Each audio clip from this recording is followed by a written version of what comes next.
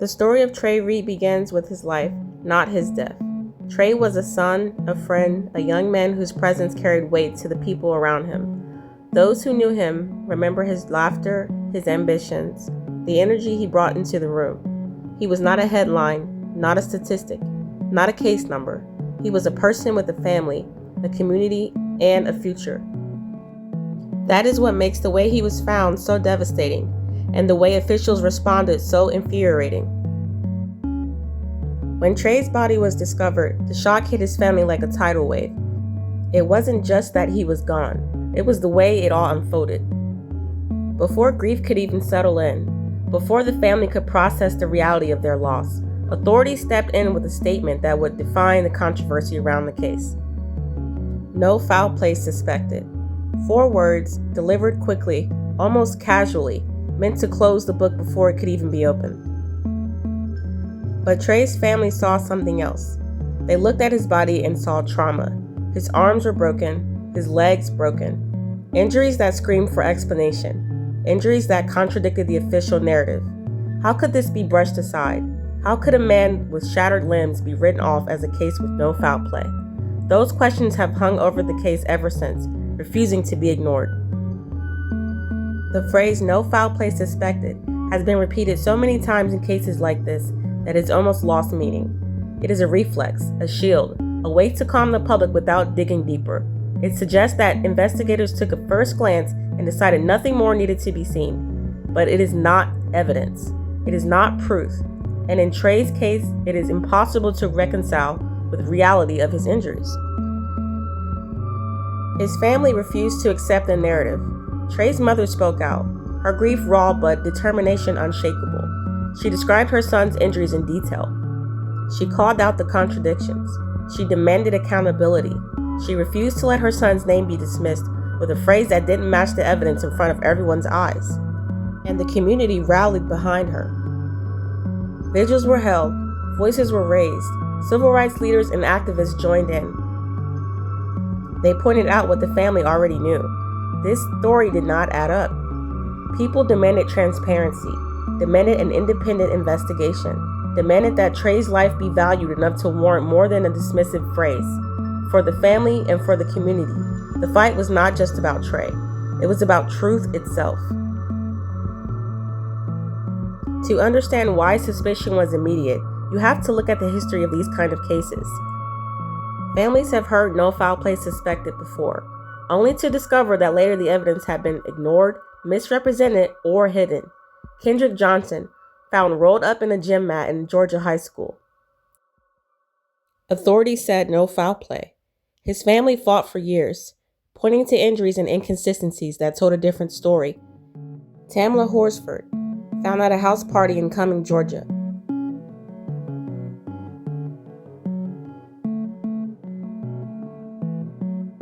The first reports called it an accident, no foul play suspected.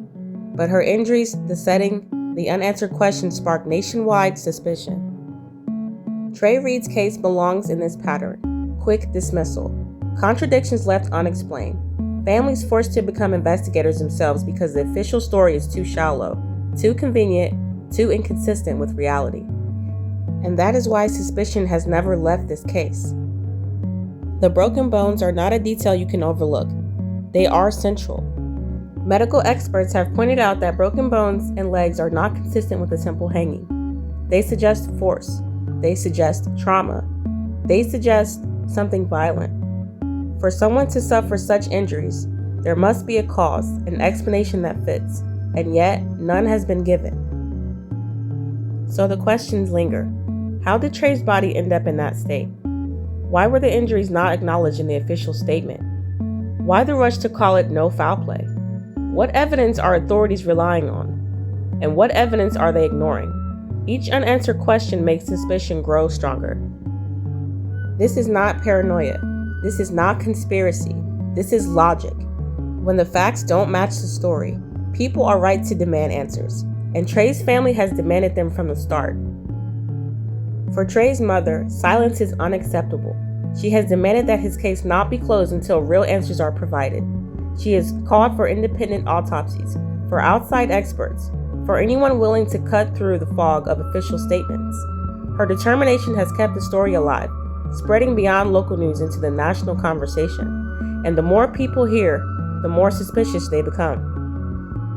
The contradictions are too sharp to ignore. Trey's injuries do not align with suggestion of suicide.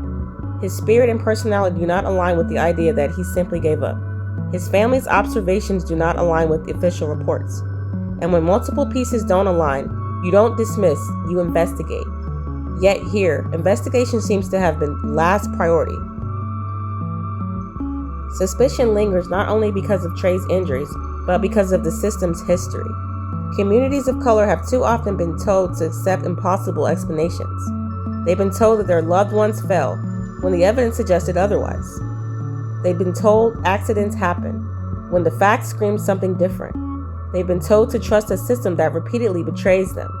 Trey's case is part of the cycle, and his family's refusal to stay silent is part of the fight to break it. At vigils, you hear it in the chants: justice for Trey, answers for Trey. People hold his name high because they know that without pressure, without voices, without the public eye, the truth risks being buried. And this time, the family is not letting that happen. For Trey's community, his death has become a rallying point.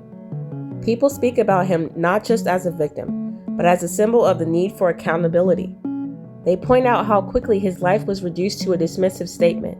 They remind the public that beyond every headline is a family left shattered, still fighting, still demanding answers. Trey's story has not ended. It has only begun. Because until the truth comes out, suspicion will remain. Until the contradictions are addressed, the fight for answers will continue. His death is not just a tragedy, it is a test. A test of whether the voices of the grieving will be heard over the silence of institutions. A test of whether the phrase "no foul play suspected" will once again be used as a lid to cover uncomfortable realities. For now, Trey's name lives on in the voices of those demanding answers. His story is not finished because his family refuses to let it be. Trey Reed deserves more than silence. He deserves more than 4 empty words. His family deserves answers. His community deserves honesty. And the public deserves to know what really happened.